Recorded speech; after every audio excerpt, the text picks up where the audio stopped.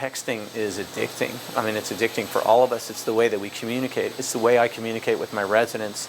It's the way we discuss interactions on how we're going to take care of patients. It's the way of the world. It's how everybody communicates right now, but we have to be really smart on how we use that technology and when we use it. The statistics show that if you answer a text, you potentially could travel the length of a football field without looking at the road.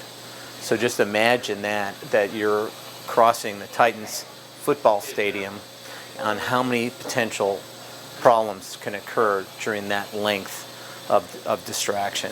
One of the more common injuries that we see is head-on collisions where the car veers off of their lane into someone else's lane. And that can happen in a second. The ones that we see are the ones that are really critically injured, ones with multiple long bone fractures, head injuries because they're not properly restrained, or just total body trauma because their impact, if they're going 60 miles an hour and hit somebody else going 60 miles an hour, that's a 120 mile an hour impact, which even with the restraints on seatbelts and airbags still will cause a lot of injuries. Head injuries are the one that is the most difficult for us because we don't understand the brain well enough to fix it, and most of the time it has to heal on its own. And unfortunately, once you have evidence by CAT scan that there's damage to the brain, you're never the same again. Hillary Corthrop realized that making that error in judgment changed her life and her family's life forever.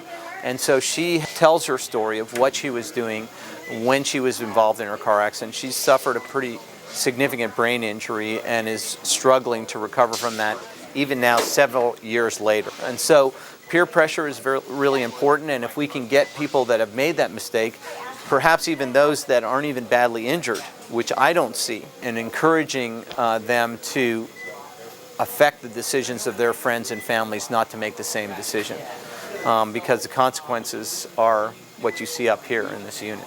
You know, every person in this trauma unit has made a pledge not to text and drive while they're doing it, and we have to set examples. Some of the leaders in the high schools need to set examples, and peer pressure is huge.